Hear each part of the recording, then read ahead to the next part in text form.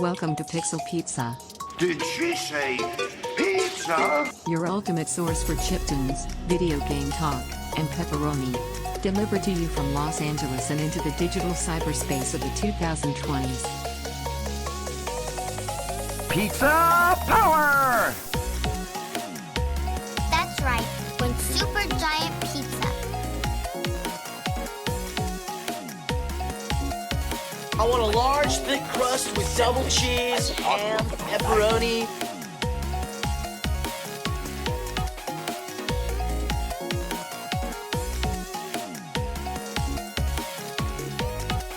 Hey, where's my pizza? Pizza time.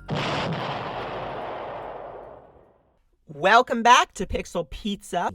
That is right, we are talking with an indie developer who has been picking up a lot of steam in the past couple years. Someone you may have heard of if you are keeping track of the Nintendo eShop or Steam and you like a good 3D platformer like N64 or PlayStation 1 kind of games. His name is Marcus Horn. Goes by the gaming outfit, one-man band kind of thing, Siactro. So, if you may have heard his games Toree 3D, Toree 2 just came out. MacBat 64, that's how I got into him. Anyway, big fan, excited to be talking to this guy, and I think we're going to have a good time. So, we're going to go into our musical break. Our musical chiptune feature for the week is StrayBoom. And we're going to be starting off with their track, Destination Funktown. So listen up and buckle up, and we will see you after the break. Bye-bye.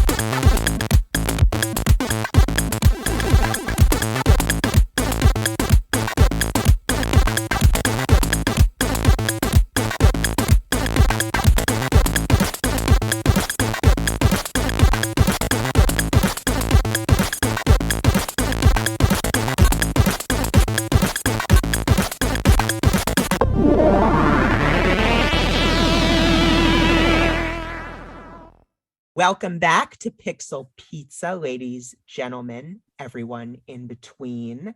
We are excited because we have our 9th guest all the way from Germany. Very exciting. He has brought us some really cool games that I love.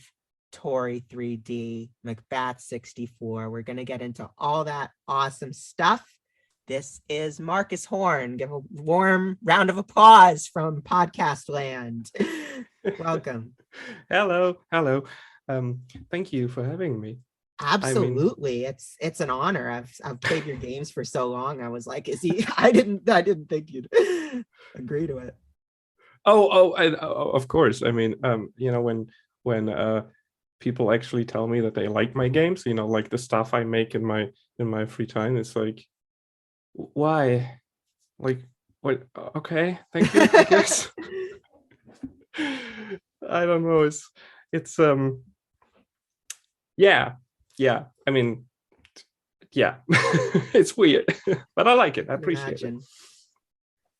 So I like to start my episodes by asking the question, when in your life did you know you wanted to make games?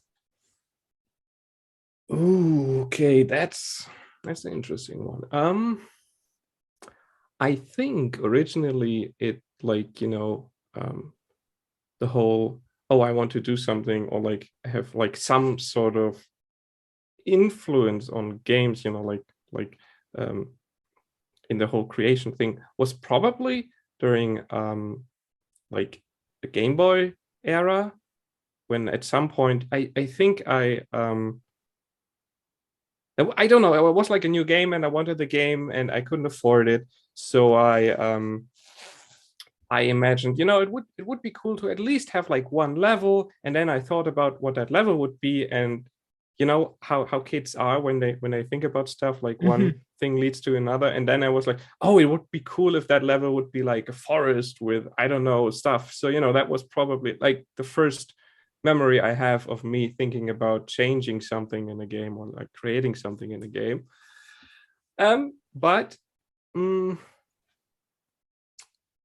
I think when the moment when I was like, okay, yeah, I really want to make games and want to make this for a living, was I'm not yet, right, but I want to.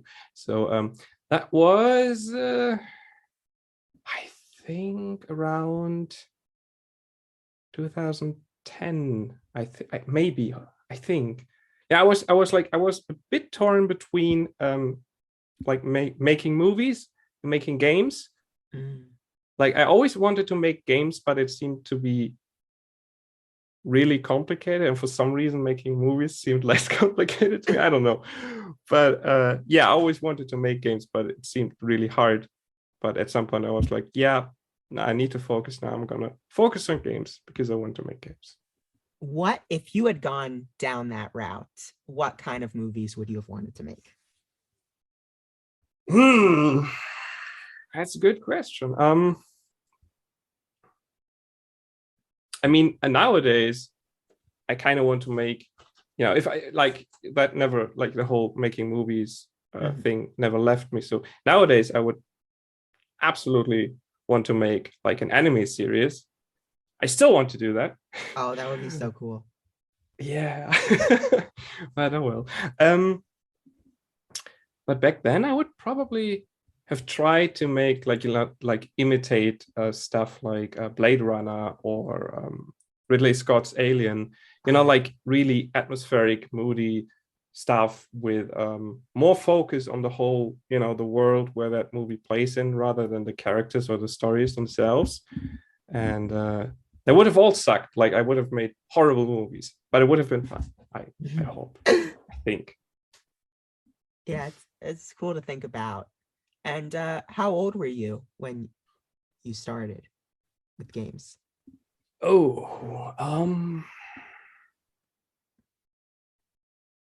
That's a good question. I believe I was I probably was around 13 when I started making fan games. A friend of mine and me, we had like this it wasn't the RPG Maker. It was something similar, but way less powerful. And we started making games with that thing, and we did like we made everything except an RPG. So I started making like really, really questionable in terms of quality, not content. Questionable in terms of quality. Sonic fan games. Like I don't know, it was weird, but it was fun because you did something on your computer and you could actually like play something. It was like, what? So yeah, it must have been 13, I think. Awesome. So yeah, I guess, getting into your games, something that I love and I appreciate is that for me, I grew up with an N64 and playing like PlayStation 1 at people's houses, those late 90s games. And it felt like, when there was the big boom of indie games for the first decade or so, it was all sort of like pixel art and like, I mean, we love pixel art or pixel pizza, but like 8-bit, 16-bit style of games, because that was sort of the generation that was making indie games. But anyway, I guess, was that like following those later games, was that something like you immediately wanted to do, or was it something you decided later on, or what was that decision? Where did that come from? I think, I mean, I remember the time you're talking about, especially like early Xbox indie stuff. That was like a lot of pixel indie games and a lot of 2D platforms. I mean, there still are, but yeah, I think to me it felt like the indie scene is kind of repeating the process that like the AAA or normal game industry went through, like with like 8-bit-ish indie games moving to 16-bit, moving to 3D. It just felt that way. I mean, obviously that's not the case and probably never was, but it just felt to me like that. And I think, I mean, I used to really love making like pixel art. I did a lot of pixel art, and at some point I even think that I was kind of okay at pixel art. Now I suck, but back then I think I was kind of okay. I try to remember how I started with a 3D. Oh, right, yeah. Has a bit of story actually. There was Grant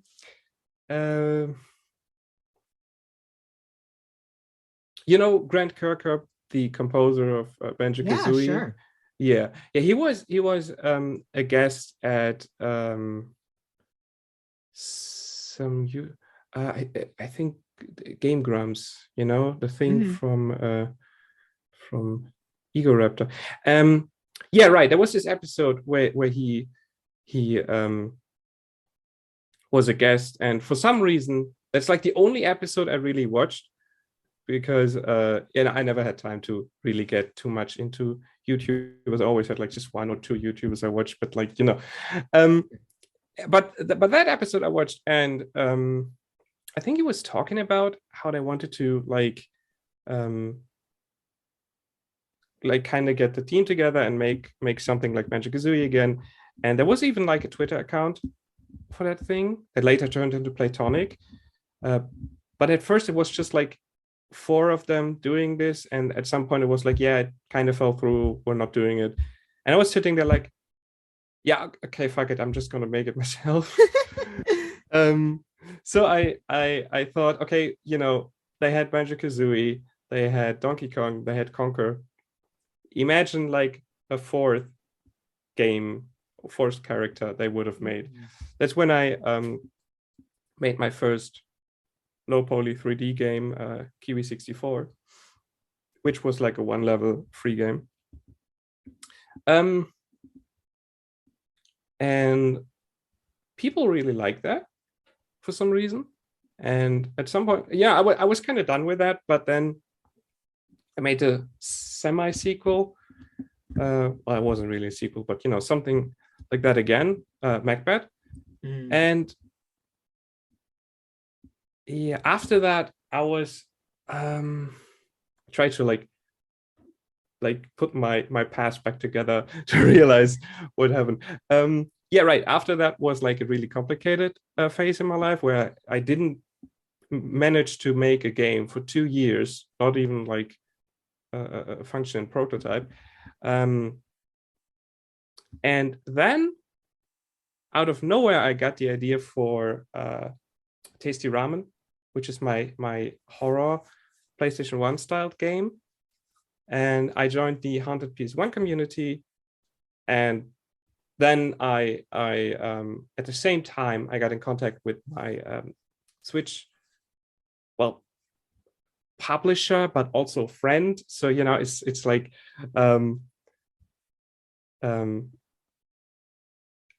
yeah, it's more friend. It's less publisher, but he published my game on Switch, and we put MacBat on Switch, and it went way better than on Steam. And I just kind of slipped into this, and because I feel really comfortable with this low poly 3D stuff, like this 90s 3D goodness, I kind of stick with it because it's really fun to make, and I think it's easier to get something that looks convincing in this style than you would have than you would do with a pixel art. Yeah, for sure. That was a complicated answer. Yeah, to like replicate like the original hardware with the pixel art, I imagine is super tough. Yeah. MacBat on Switch, that was my first exposure to your stuff, and it was a personal experience for me because like for those like 2-3 hours I was playing the game, I felt like a kid again. I felt like I was having that same like sense of discovery and imagination, and like what's around this corner, what's behind this barrier, what's going on here, as I did when I was playing like Banjo-Kazooie, Donkey Kong 64, all those old games. So I'm glad to hear that. Honestly, when I created Kiwi and later MacBat, I had like this specific situation in mind how I would have played it as a kid, like this very specific scenario, like it's a Tuesday evening, you turn on your N64 and this is the game you play. How would that feel? How would that be? So I'm always happy when people tell me like basically exactly this, because it feels like, yes, it worked. Yeah, you conveyed that feeling without even having to say it. So you said there were like 2 years where like you weren't able to make a game. Was that life got in the way, or was it just a creative block, or?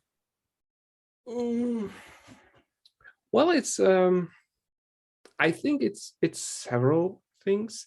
For one, my private life was a bit complicated during that time. I mean, nothing major. It's just normal life stuff that got in the way. And also, and I think that was the biggest problem, I was at the end of my university years. So I finished in 2018, and like I had all this, all this stuff they teach you at the university. Like it was a university specifically for games, and I majored in game design. And like all the stuff they like tell you, all the stuff they teach you, like it all makes sense. But for one thing, it's from a different era. It's like from years ago, where all this stuff like applied and worked. And I feel like you just like you get all this dry input, you get all these rules, like all these design rules, how things have to be and stuff, that you get so stuck in like this factory way of thinking how games should work behind the screen, that I tried to create so many games during that time. I still have some of the tech demos and prototypes. So, like, there were mobile games, there were like multiplayer arcade games, all this stuff, and they all, like, they don't suck. They are not that bad, but they're just uninteresting. They're uninspired. They're just the usual stuff, like it's just very basic games. And I was just unsatisfied with all of this. So yeah, at some point I was like, you know what, this is not it. And then it was like this game jam. I came up with the idea for Tasty Ramen, and that got me back into it, because Tasty Ramen, at least in its very first form, was game-wise was super boring. Like, it was just a run away from the monster thing and collect. I don't even know what you collected, but everything except the normal gameplay was kind of fun and interesting. So, to me at least. So yeah. Not trying to bash on universities or anything, but you always have to like reflect on what you learn, I guess. And I didn't do that. Yeah, I mean, it's totally, when you're just doing stuff by the book, it's kind of stifling. But I mean, this podcast, well, not the podcast itself, but like the radio show I did before it was what I did in university. And I feel like that was the thing I learned the most from. It wasn't a class. It was just something like extracurricular I did on my own, and I created it on my own. And that was, I got the most out of that because I'm still doing it. But yeah, so I see what you mean. Just practice and like getting actually into the thing is always really helpful, I think, because it gives you like a point of views that nobody could actually teach you with the whole theoretical stuff. Exactly. And getting feedback from sure. actual people, not your professors or whatever. Is there like any like super like pieces of feedback you've gotten that stuck out to you, good or bad?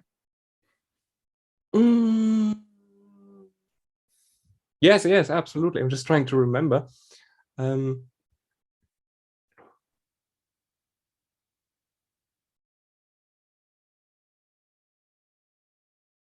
Well, one very important thing probably was when I made MacBat.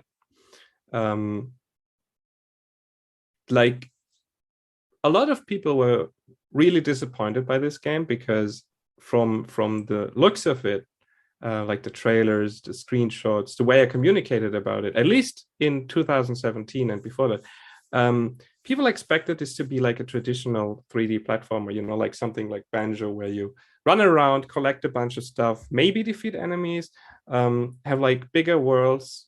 Well, not big, but Banjo-Kazooie stuff. And it's none of this, right?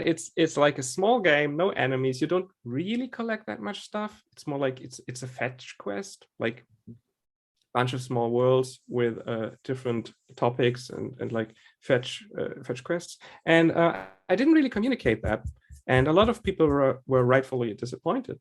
And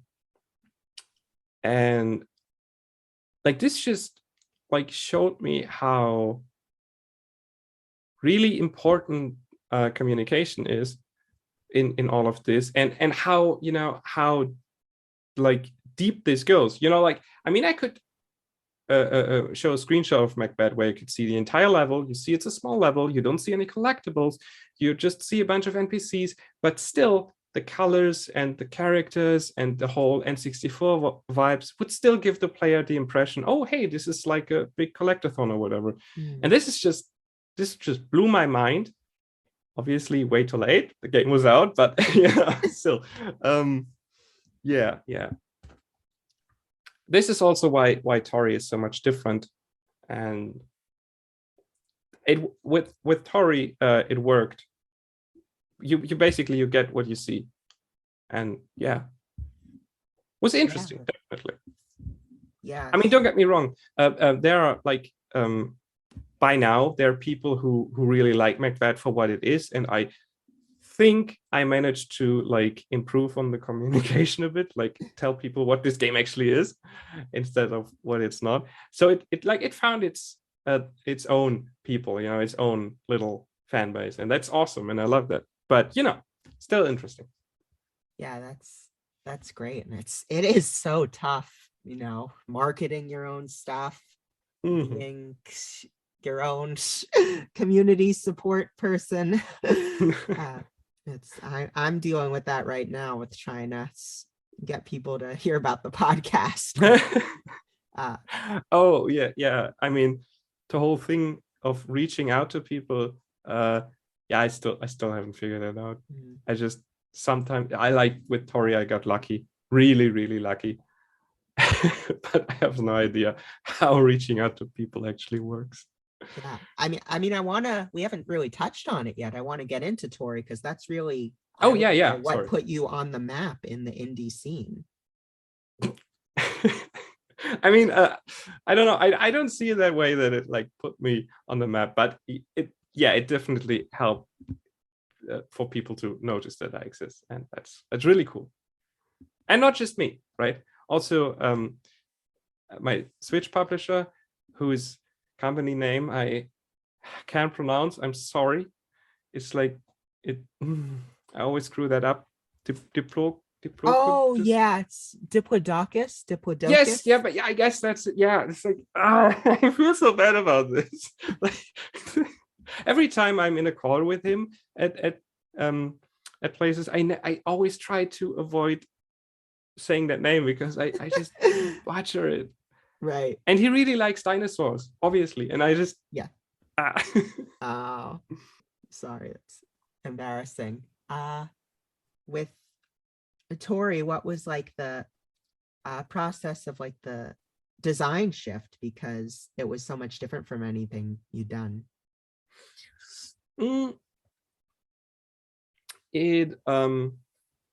Well, the first Toree was a direct response to MacBat, basically. Like, you know, like I said, Sebastian, one day, like that's my Switch publisher, his real name. He contacted me via Twitter at some point while I was working on Tasty Ramen and was like, hey, you want to bring MacBat to Switch? And I was like, sure, if you can manage it, go ahead. And he did. And after realizing that people actually bought it and liked it for what it was and for the price and all that, I was thinking at some point, you know, we could try to like make a game in 4 months and sell it for a super low price. Originally, I think I wanted to make it in 3 months, but you know, things happen. And how was that process again? I think, yeah, originally Toree was very different. No, well, not very different, but it was more like Super Mario 3D World, like a fixed camera, like, you know, a bit from above, and you were only walking around with a character, and it was a different character. It was also planned for a mobile release. Like not just a port, but actively thinking about how this would work well on mobile. And like I worked on this prototype for 2 weeks. This was way before all of this happened, and I kind of abandoned it because it was really boring. And after coming up with the idea of making a small game for Switch and see if it works, I remembered this prototype. I was like, you know what? I'm gonna use this and I'm gonna make it into a real 3D platformer. Because like this mobile hybrid thing was boring. And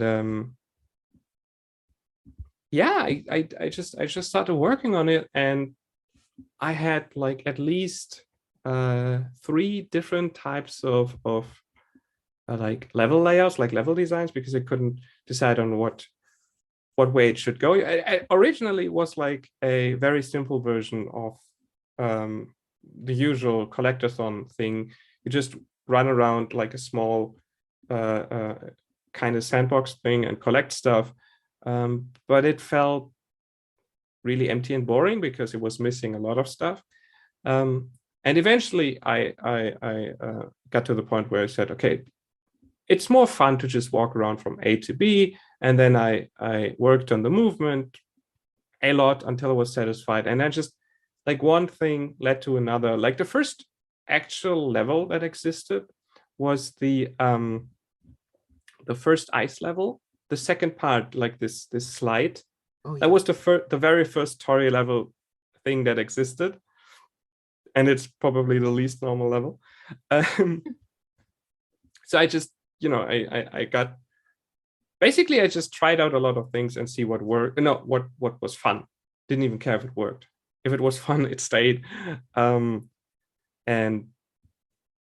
yeah, at some point I got help from a friend with a level design.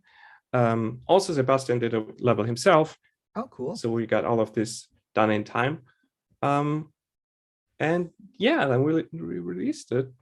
And at first it seemed like people don't like it because they thought, oh, it's a $1, so it must be a bad game. And I was like, okay. I mean, it was just 4 months. It's not that bad, if it fails. But then the like people started picking up, saw a Nintendo Live video, and things like got better. Yeah, it was so cool to see them do a whole video about it. I remember. Yeah, and very surprising. It took me like 2 weeks before I was able to watch it because I was so nervous about this video. Yeah, I know what that's like. But before we continue any further, I should transition into our second musical break for the episode. Stay right there. And the audience is going to be listening to the next track from StrayBoom, our chip musician of the week. And the track is called Inverse Mirror Fragments. So listen up, and we'll be back with Marcus in a few minutes.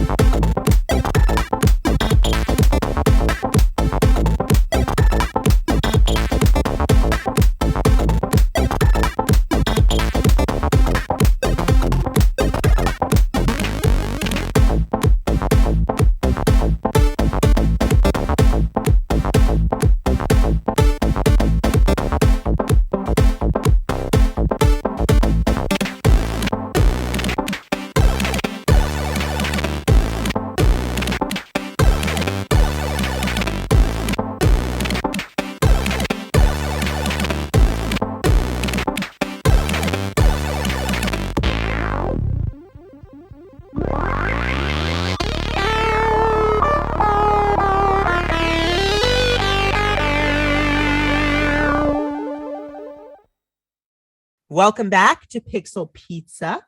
We just listened to Inverse Mirror Fragments by StrayBoom, and now we are getting back to our interview with Marcus. And we were just talking about how, there was like the Nintendo Life video on YouTube, and Toree started picking up steam. I mean, one thing I wanted to ask before that is something that's so intimidates me about like working on like an action game or a platforming game is that it seems like there's so much involved with the physics and like making sure the jumping is right and the landing, and like how do in your process do you go about like making sure that feels great?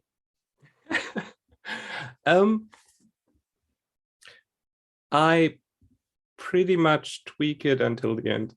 Like for Toree, for example, when I started like this for a month thing, there was already movement, there was already jumping and walking because I worked on it before, like this prototype. But I still, like in the first 6 weeks, I basically changed things everywhere, like all around. Even when like the first few levels, like actually almost finished levels existed, I still changed movement stuff and speed and how much the character squishes when they fall down, all this stuff, because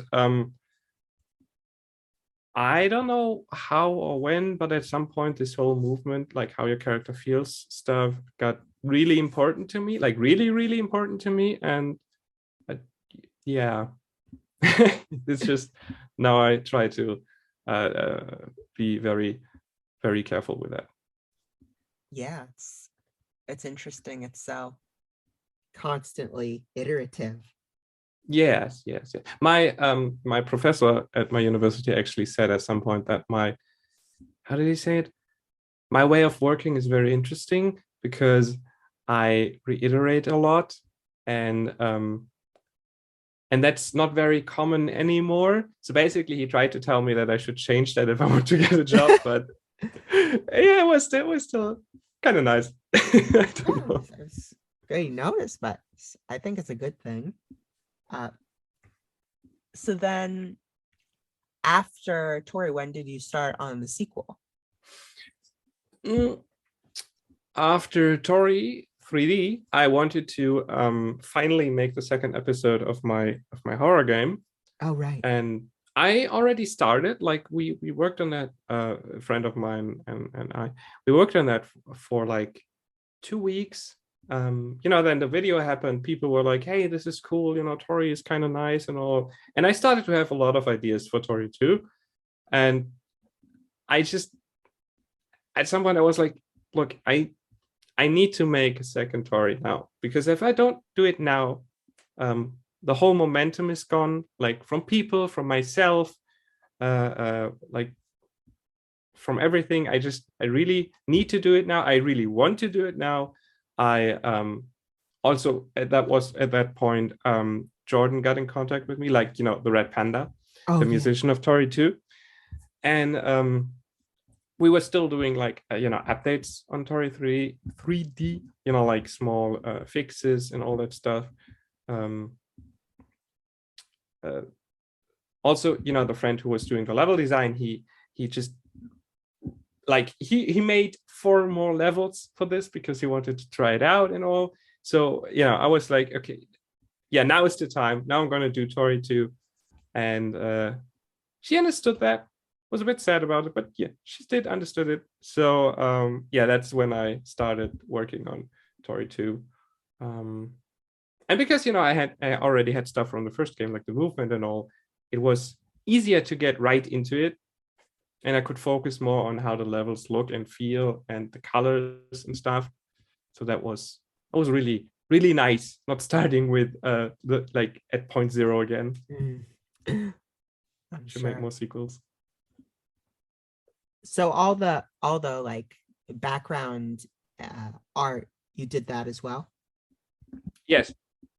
The basically all the art in Toree 3D and Toree 2 are made by myself, except for these cool CGI renders on the box art and on the title screen in Toree 2, I think. They are made by a friend of mine, the same friend who works on Tasty Ramen with me, because she's a really good 3D artist. But everything else, well, the sound effects and music also not done by me, but all the graphical assets in the game are made by me. That's awesome. So, I mean, when you were making the second one, after you saw the success of the first one, I mean, did you consider charging more for it? Because I feel like people know how good it is. Yeah, I was thinking about it at some point. Well, at first, but that was also when I was planning to have more content in the game, like more levels and all that. And at some point, I realized that I'm kind of forcing myself to get more content in there, and that is like it felt. There's some level tests in there that feel really underwhelming and really kind of not good because I made them just because I wanted to have more content in there. And then I realized that that's kind of stupid. What am I doing? I'm just going to make the same kind of thing. And kind of like, if Toree 3D was like the beginning of a thing, then Toree 2 can be like the end part of a thing. So they kind of work together. And I've seen actually a lot of people who say, well, a lot of the people who play both games who say that they kind of think of the two games as like one game, kind of like Sonic 3 and Sonic and Knuckles. Sure. And that is actually how I saw it as well while working on Toree 2. That's also why there's a boss fight in Toree 2. Spoilers, sorry. Because there wasn't a boss fight in the first one. I thought about one, but I was like, so we just made the final level thing. But yeah, that's also why, again, spoilers, at the end of the second game, they kind of become friends. And it's all is good now. Or is it? Well, for now. That final boss fight, I remember that was so tense, and like the level is falling apart and everything. Oh my god, that was goosebumps. Yeah, it was hard to make. I'm not really good at making boss fights, and also I don't really like making boss fights. I realized that again, but it felt important to have this more cinematic finale this time to close it all up. Yeah, sense of finality. So I mean, you said you had more ideas. Was that what led to those like bonus holiday levels you did? Oh, no. The bonus holiday levels last year, they were like a really, really weird idea. It was I think it was September, or was it already October? I don't know, but somehow YouTube recommended me a video about Christmas Nights into Dreams. This Christmas version of Nights that Sega made with like one level or two, and that they gave away for free. And I was like, I want to make something like this. And then I wrote Jordan and the other two like, hey, I want to make Christmas bonus update for Toree 2. Are you up to it? And they were like, okay, fine. Yeah, it was honestly, it was the best idea. We got really a lot of time pressure with that, obviously, because Christmas. But it was still fun. And trying out, instead of doing the same thing again, trying out the more collectathon style of gameplay for the first level, at least. That was mine. Like the other two levels are made by a friend of mine, Sebastian, and but the first one, like this little city thing, that was mine, because I really wanted to see how Toree works with a collectathon. and it was okay, I guess. Yeah, no, it was really fun. It felt like, sort of a full circle sort of blending of the ideas you had used before. Oh yeah, also that robot thing, like this mecha thing you can enter on the top of the mountain. Yeah. That was in Toree 2 forever, but it just didn't fit because I felt so weird, like being in a level jumping into this robot thing. It was just, it didn't fit. So I could finally use it because it was finished. It just didn't fit. Ah. Ah. So, I mean, I guess that was all the questions I had about the main game, but what are your sort of hopes for the industry for this year?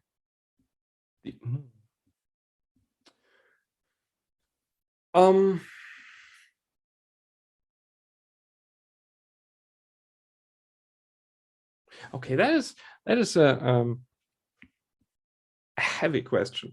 You like I mean I could tell you what my personal wishes for future games would be, or Yeah. what I like wish of the game industry in general. Either or. Okay, I'm just going to do both. In terms of games, I really hope that Grizo, I hope I pronounce him correctly, are going to work on a new Zelda game, because Zelda Link's Awakening for Switch is probably my favorite Switch game, and I really hope they make another Zelda game because it's cute, it's adorable, I really want that. Mhm. And okay, for the industry,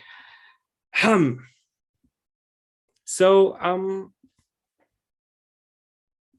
like during my 2 years of not really making anything, I was very not involved, but like got around the German game industry. I talked to people, I was at events and stuff, and I don't know how like the international game industry is, but it probably can't be that much different. But I've seen a lot of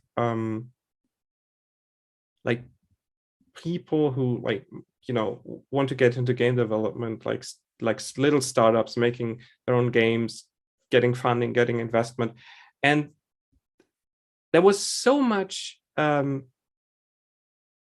like kind of fakery around them, like people telling them, oh, you need to do this, and I can show you the best spot at the upcoming event for just big amount of money. And I feel like the industry kind of got to a point where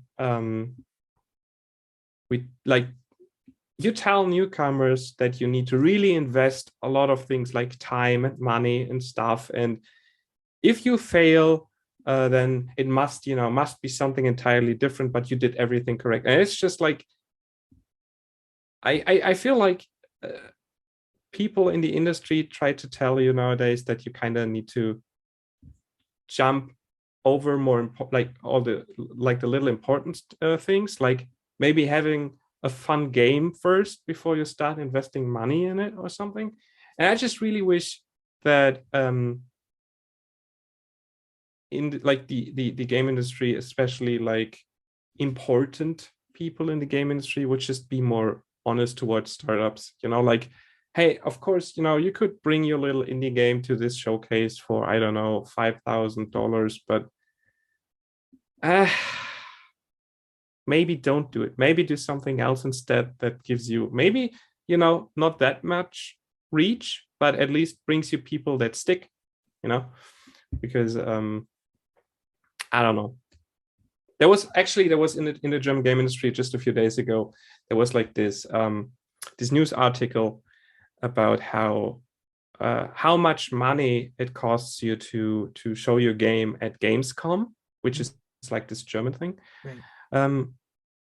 And they responded by saying, oh yeah, sure, I mean, if you want to buy a spot, but we also look for interesting games and we also show these interesting games for free. And one comment was like, okay, yeah, but how do people who watch this know what you choose is interesting or what was bought into it? And who tells us that you don't just sell all the spots? It's like there's a lot of like this they always try to tell you the game industry is a community.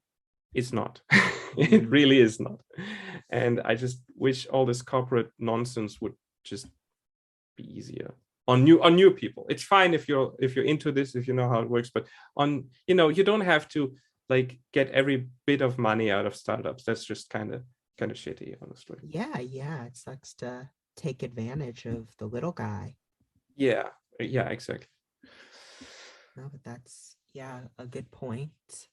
I also wanted to ask, if you could make games full time, if you had, the time and the means to do that, like where would you see yourself going with that? Do you have like a huge vision you would want to pull off, or? I would probably make, well, first of all, I would try to have an office in a barn. I don't know why. It has probably to do with Rare. Yeah, probably. Rare did. Yeah. They worked in barns, right? But I just imagine this to be so much fun. But yeah, I would really like to continue making smaller games. Like not everything has to be a 9-level $1 game, right? But like making small games, they are quickly made. You can iterate more. You can improve in a sequel. And it's just so much fun to make small games and to get them out quickly and to see people's reactions. So I would really like to do that for a living. Also make a bigger game once in a while. But yeah, I would kind of turn what I'm currently doing into my job, and then it's all good. Yeah, that would be awesome. So you did say you had a special announcement exclusive for our listeners. Yes. Can you tell us a little bit about that? A very, very, very, very small thing. So when people listen to this, it's the 16th, right? Mm-hmm. Okay, so tomorrow is the 17th of March, which is actually MacBat 64's anniversary. It's the 5th anniversary. I'm old. And I'm gonna release the game on Android for free. Ooh. With no ads, just because if people are interested to replay the game on mobile with like really horrible mobile controls, I'm sorry, I tried, but they can tomorrow. I don't know when, I don't know at what point, because the whole Android thing kind of still confuses me, but it's going to be out tomorrow and people can play it for free with no ads and just enjoy it, except for the snow level, because that didn't work, so I had to cut it. I'm sorry. But the space level is in there. Okay. I managed to make it work. So yeah, it's going to come out tomorrow. And something else, well, no, it's not going to come out. It's going to be announced. It's not a game, but it has to do with MacBat. So I can't say much about it, but I'm going to retweet it tomorrow, share it. So yeah, mobile MacBat 64 for free, and something else. Ooh, okay. Unfortunately, I am an iPhone user, but I definitely hope people who are listening who do have Android will take the opportunity to try this game out, because it is. And if it would be easy, I would release it on iOS as well. But that's a bit complicated. And for just a small, like, for fun thing, because I'm not gonna get back into mobile development. Yeah. It was just because, Right. But hey, if there's someone who is like, hey, I can port it to iOS for free, just hit me up. Let's do it. I'm fine. Let's go. But yeah. All right. I hope so. So now, final question. What is your favorite pizza place? Pizza place? Yeah. Oh, that's easy. There's like this small pizza delivery guy in the next village. They're called Pizza Express Man. It's like really generic, but they make fantastic pizza. It's like so good. Actually, now that I talked about it, I want one. Oh, But yeah. Also, really good burgers. Oh, really? Wow. Mm. Awesome. So yeah, where can people sort of keep track of your updates and new announcements and stuff? I think the easiest one would definitely be on my Twitter, like at Siactro, because it's the quickest way for getting informations about my stuff, because I post whenever I have something. I post there. Also, my YouTube channel would probably work. Also, just Siactro. If you don't want to get bombarded by retweets, YouTube is probably the way to go. I used to have a website, but it looked horrible. Then I got another one, looked horrible. And after the third one that looked horrible, I was like, eh. I just put my itch.io page up there, and yeah, that worked fine. You should totally make like a like a Geocities or Angel Fire kind of like site to go with your like, vibe of your games. Yeah, I thought about a lot of funny website ideas, but the problem is that because Germany, there are like so much laws about people's data and my data and all that. It's like it's so easy to make a mistake, and then you get sued and thrown into jail and get sued again. It's not that easy. Oh god, sadly, not worth it for a website. Yeah. Yeah, so that's awesome. I'll let everybody know that in the links in the podcast description. And thank you so much for joining me, Marcus. It's really thank you for having me. Treat. And yeah, everybody, we will see you next week. And we have our last track from StrayBoom, and this is called Positivity. Figure it's a good note to end on. So this has been Pixel Pizza, and we'll see you next time. Bye-bye.